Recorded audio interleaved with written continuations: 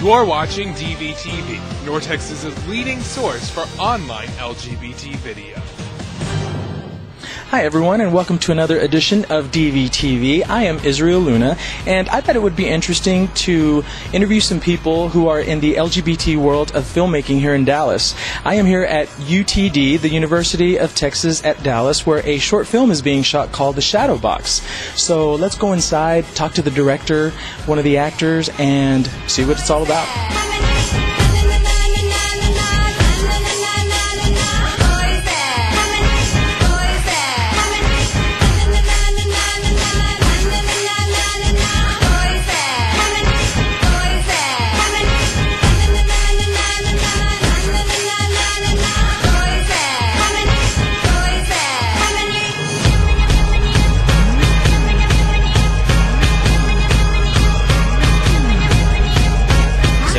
Short about a petty princess who's jarred out of her enway by the arrival of a mysterious magician, and it's got some interesting emotional elements to it as well, or interesting interactive elements.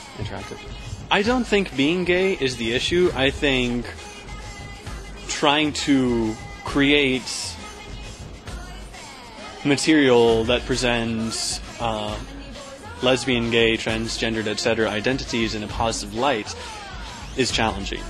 In some regards, that I feel that the theatrical, the artistic community is a lot more open to homosexuality, all this stuff, than you would find elsewhere. But at the same time, you still have the stipulations. It's like, would Blockbuster carry this? Would any of these major distributors want to put their name with this? Truly, I work with dancers and theater people. I have my entire life. So for me, the homosexuality aspect of it is not an issue for me.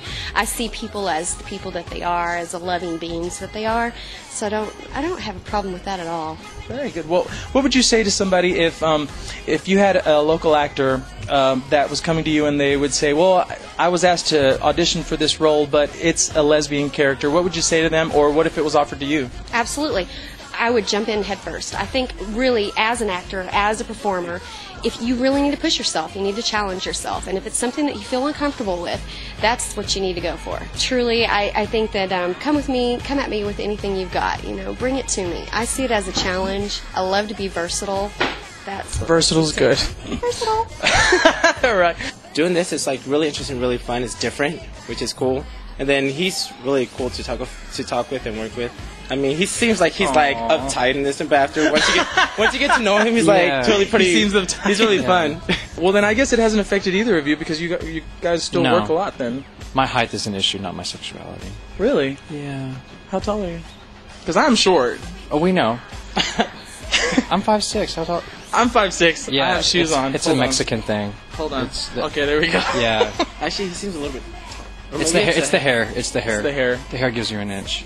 The next gig I got coming up in a couple of months, it's dancing on a cage, and it's pretty much for a show, but it's gonna be cage-wise. But I mean, it's gonna be live and everything. Is it with clothes? It's gonna be like a Tarzan theme, kinda like Savage. So, I mean, alright.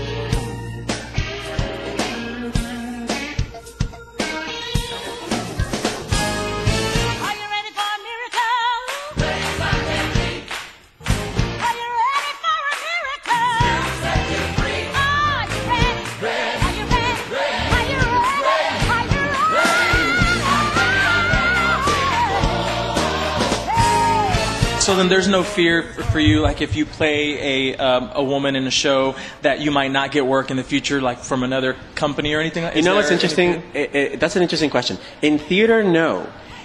In television and film, it's challenging. Really? What do you think that is? For example, like if you get offered a one-line, if you're starting out and you're trying to break into the business, right?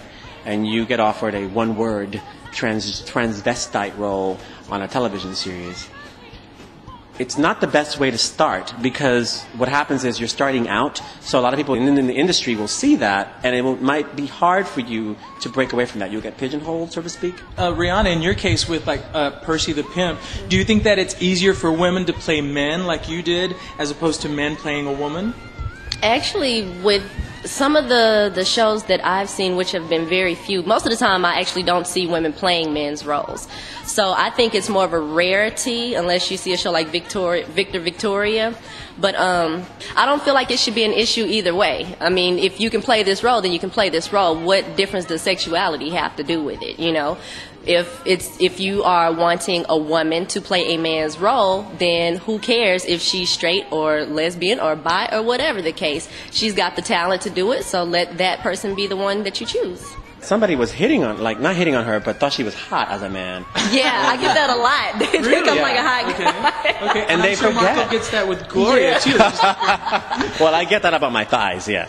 Your thighs are Yeah, so you do great. have nice legs. Don't think of yourself as just a gay actor. Think of yourself as an actor, period. And I think that ties into not even just sexuality, but race, creed, color. Don't think of yourself as just this. But when it's in the world of acting, think with your mind wide open and then just go full speed ahead.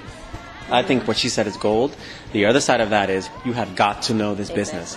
Because if you don't know this business, then you're fighting, but you're fooling yourself. Gotcha. Okay? Excellent. Well, thank you very much. Thank you. Thank you, Rihanna and Marco. Those were great messages. I hope you enjoyed watching this segment of DVTV.